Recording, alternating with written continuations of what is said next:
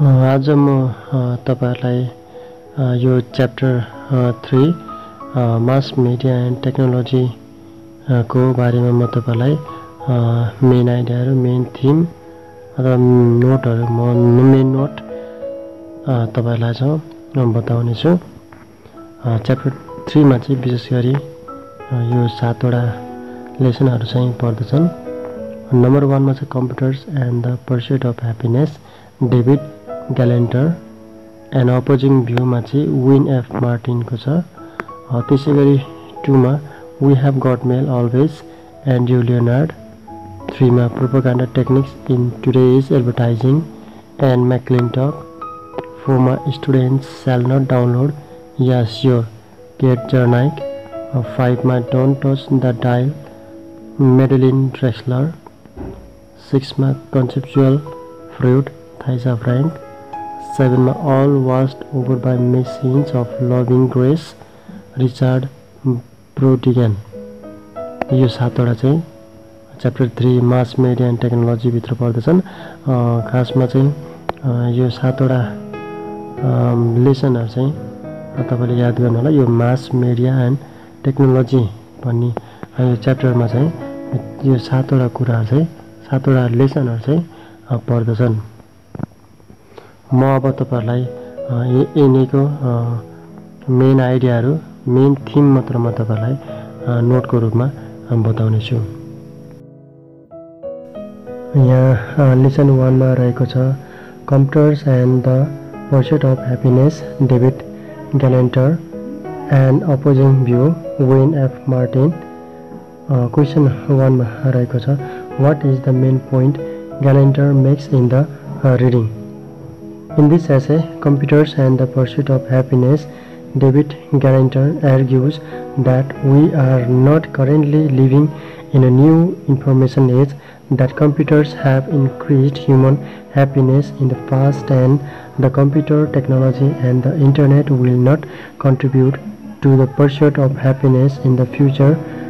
Instead of automatically regarding to consider the new social structure that the technology creates, which often decreases the human elements of the old structure.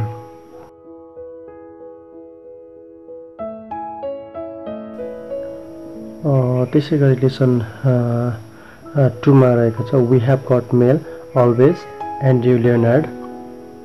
Question 1 मा a contradiction is a statement expressing opposite points of view about something. What is one of the contradictions that he mentions? Leonard mentions several contradictions in the essay. Email saves and wastes time. It simplifies and complicates life and is convenient and inconvenient. It brings people together and pushes them apart. Email contributed to the fast pace of life and allows people to cope with it. It increases and decreases literacy.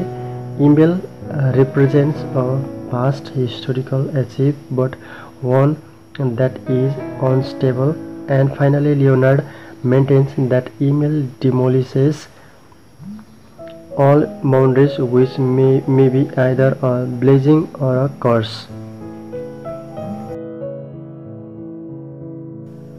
त्यसैगरी question 2 मा रहेको छ what is the main point Leonard makes in the readings. In this article, we have got mail always. Andrew Leonard maintains that email and other forms of online communication influence people's lives positively and negatively, especially in terms of the ways they interact with each other. Email is both a blessing and curse, a first-hand bargain in which we gain and give up something at the same time.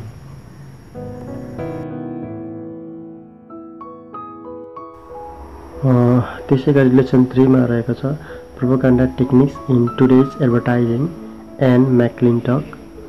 Question 3 मा चाहिँ रहेको छ in what ways are the 7 propaganda techniques discussed in article alike.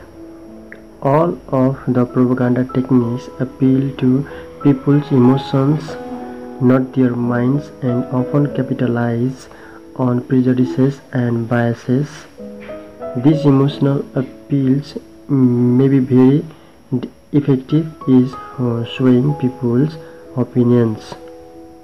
List the 7 propaganda techniques that are discussed in the article. 1. Name calling, glittering, generalities, transfer, testimonial, plain folk, card staking, bandwagon. यो चाहिँ 7 वटा propaganda टेक्निक्सहरुको shortcut रूपमा describe रहेको छ।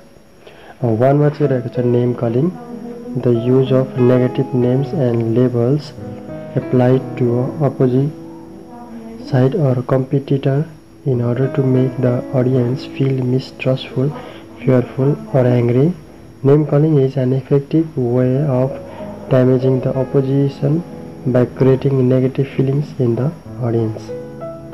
त्यसैगरी 2 मा रहेको छ glittering generalities the use of attractive names and labels applied to a product or person in order to arouse positive feelings in the audience. Glittering generalities are an effective way of enhancing the image of a product or politician by creating affirmative feelings and connotations.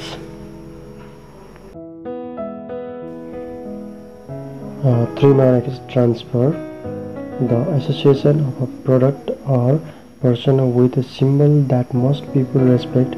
Transfer is an effective way of enhancing the image of a product or point of view by fostering confidence in the viewer.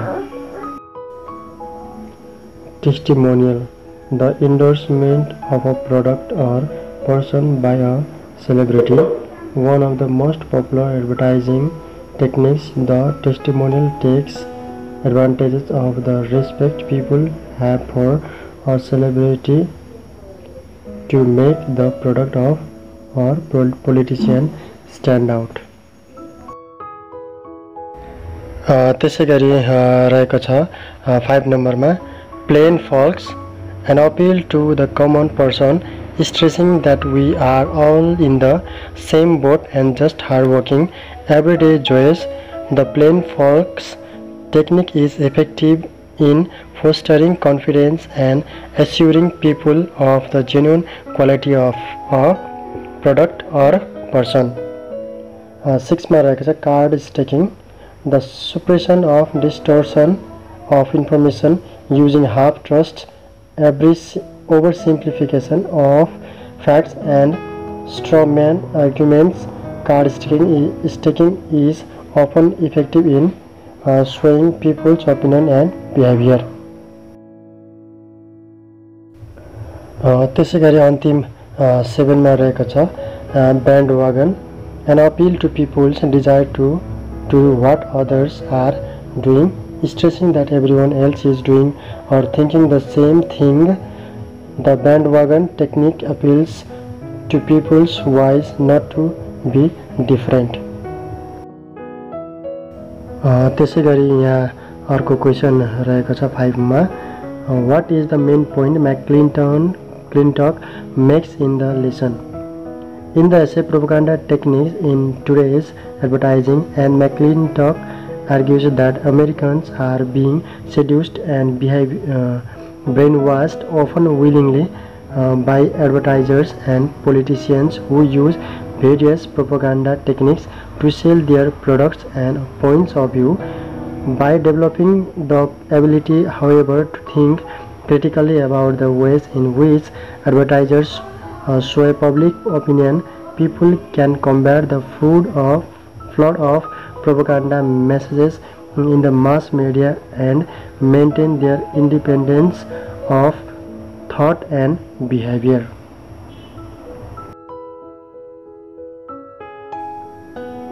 त्यसै गरी lesson 4 मा रहेको छ students shall not download yeah sure केट जर्नाइक. Question रहेको छ explain the main point Jarnaik make in the article. Jarnaik makes her main point about plagiarism and the downloading of copyright material when she states the ease of going online has shaped not only attitudes about downloading but cheating as well, blurring the line between right and wrong so much that many colleges now require orientation courses for a generation raised on the internet where everything seems free. Downloading music does not feel inappropriate or unethical. त्यसै गरी यहाँ lesson 6 मा रहेको छ conceptual fruit थाइसा Frank. यहाँ question रहेको छ what is the main point or message that Frank wishes to convey in the story? The message that Frank wishes to convey is that the internet may at first appear existing and full of possibility, but virtual reality that it provides is never as real and useful as reality. Frank is poking fun at the excitement and sense of awe that new users of the internet often experience. त्यसै गरी रहेको छ यहाँ lesson 7 मा all washed over by machines of loving grace Richard Brautigan. Question रहेको छ what is the main point or message that Brautigan wishes to convey in the poem? Brautigan portrays a vision of an ideal world in which people, technology and nature exist in harmony. Part of the Back to Nature movement, Brautigan presents a utopian vision of a world in which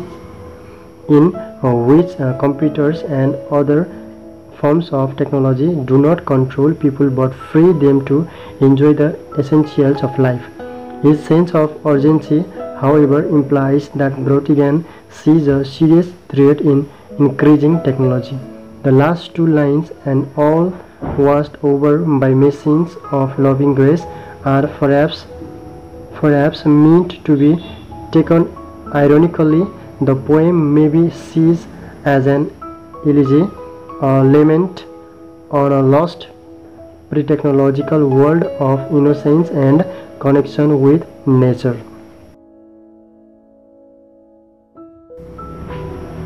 यो chapter 3 mass media and technology को लगभग यो main थिमहरू सबै लेसनहरूको main theme यति नै रहेको छ.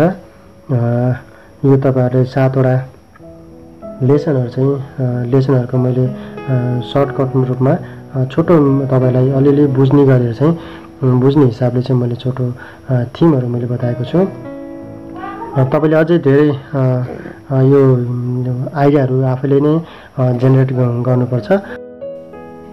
तपाईहरुलाई यो दिएको मैले यो थिमहरू एकदम थोरै मात्रामा सर्टिक रूपमा मात्र यहाँ छन्. यो चाहिँ पुरा यसको पुरा चाहिँ होइन. त्यो कारणले गर्दा मेन थिम चाहिँ यो लेसनहरूको मेन थिम चाहिँ मैले तपाईहरुलाई बताइरहेको छु. तपाईहरु नझुकिनु होला.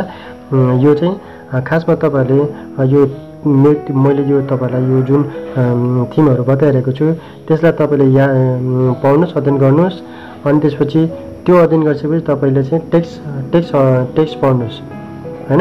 टेक्स्ट पढिसकेपछि तपाईले धेरै कुराहरू चाहिँ अझै धेरै बुझ्न सक्नुहुन्छ.